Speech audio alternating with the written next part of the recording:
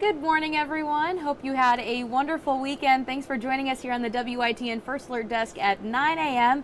Happy Monday. Things are still pretty cloudy out there this morning.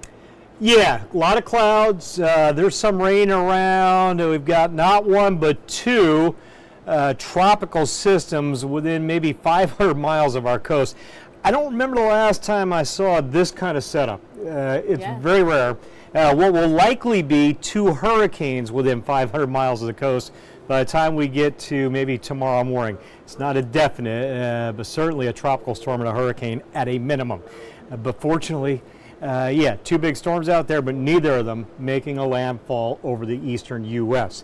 Neither of them coming our way, and none of the major impacts that we associate with these kind of storms coming our way. Some big surf, some patchy rain, certainly. Winds gusting into the 30s on the coast. So I'm going to dig into that.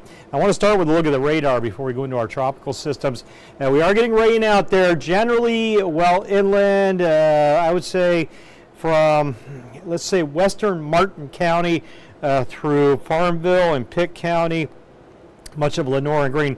Light rain extending all the way down to Duplin County and points west. Kind of overrunning light precip coming in off the ocean, easing up the little weak frontal boundary near the coast. And as it rides in over some cooler air inland, you get this we call it stratiform or light rain generally. There'll be convective or heavier type showers, I think, at times over the Pamlico Sound on the coast, some of the inland areas as we go through the day. But right now, not much there. Some of the models don't show a lot for many of us, Highway 17 to the coast as we go through the day. But take the rain gear. I think there will be some action out there. Greenville right now, air temps in the low 70s under that cloud deck. There's an air temp for you. New Bern showing 7.2 on the thermometer, northeast breeze. There's a Melda. Let me get you updated on our two systems. Melda's winds have come up a little bit. The 8 a.m. advisory, they were 45, now 50. Storm expected to reach near Cat 1 hurricane strength tomorrow. Moving north right now, but not for much longer. All the data says after sunset into the overnight, Melda starts taking a pretty strong right-hand turn. When you see a hard turn like that, that's a change in the upper level wind, steering currents. It's like you're driving down the road and all of a sudden a hard right, the road switches directions and you make that turn. Melda will make that turn as the upper level steering currents, the road turns more west to east, and it takes that new route out to sea. Hurricane force winds potentially, Cat 1 low end storm, but well off our coast by about maybe 300 to 400 miles or so as we go into tomorrow night and Wednesday. Bermuda may get clipped by that storm very close to the center.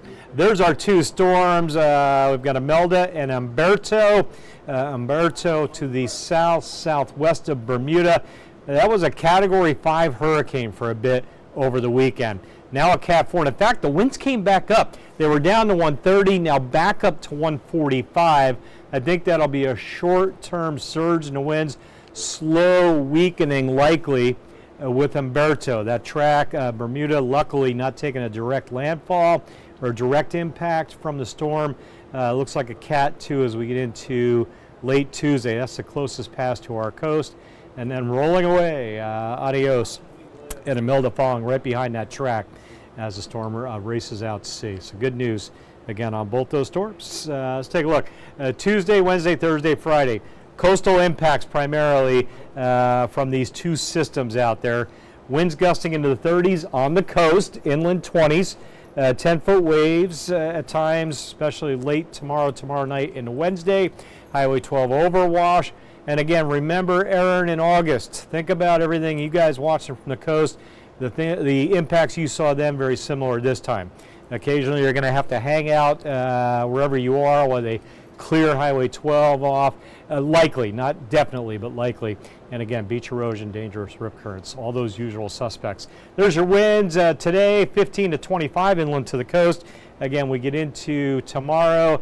Winds, we're cranking pretty good, 25 inland, 35 coast. We'll do that Tuesday night. And I think Wednesday as well, still some pretty gusty winds. You can see the beaches pushing 40s inland, nearing 30 on wind gusts. and then we'll start to ease those down Thursday into Friday.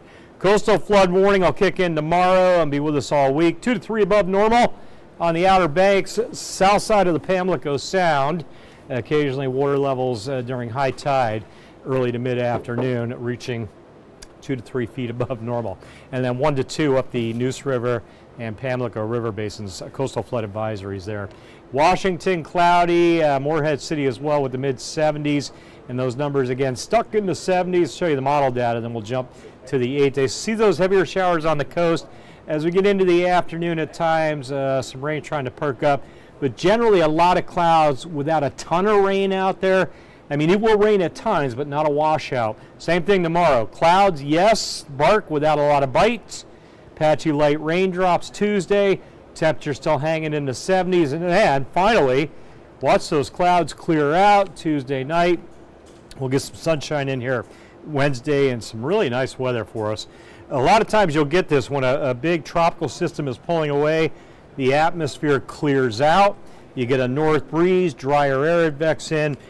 We get rewarded with some real nice weather after dealing with a bit of a mess. There's a look at the 2 storms. Again, pulling away. Adios to Umberto and Imelda. And again, thank you for not rolling into the East Coast. 8-day forecast. Air temps will come down later this week, down into the mid-70s to low 70s, maybe by Thursday. And again, I'm having problems getting the 8-day up. But I think overnight lows, Gigi, we can come back up. Overnight lows later this week, I believe they'll get solidly in the mid-50s with a little bit of wind. Enough wind where we probably won't see 40s. However, if the winds decouple or relax during the overnights, then likely there will be some upper 40s maybe Thursday night, well inland, potentially. A little early to be talking about that. We are still a month away. Usually you got to get towards Halloween or early November before that first frost. We're nowhere near that. But just to talk about 40s. Yeah, truly sweater just weather, getting into like October. what we said Yes. early this morning. Legitimate light jacket sweater weather later this week. Got to get there first. Clouds with some showers around, and again, primarily coastal impacts through the week. Think about Earn, same deal. Big surf, beach erosion, dangerous rips, Highway 12 overwash at times, Tuesday, Wednesday, Thursday, tapering into Friday. Okay, great. Thank you for the update, Jim. And thank you, everyone, for joining us this morning. Just want to say hello and good morning to David White out in Windsor. Hope you're having a good morning. Jay Jeremiah also saying see ya to the storms. We're with you there. Goodbye, storms. We're glad you're not coming our way. Good morning to Tony as well. Stay safe as well. Thank you. And Linda is also ready for those fall weather temps. Yeah, we're with you, Linda, and it's coming later this week. Should get some real nice stuff in here. All right. Well, thank you all for joining us again. Hope you all have a great rest of your day. Bye.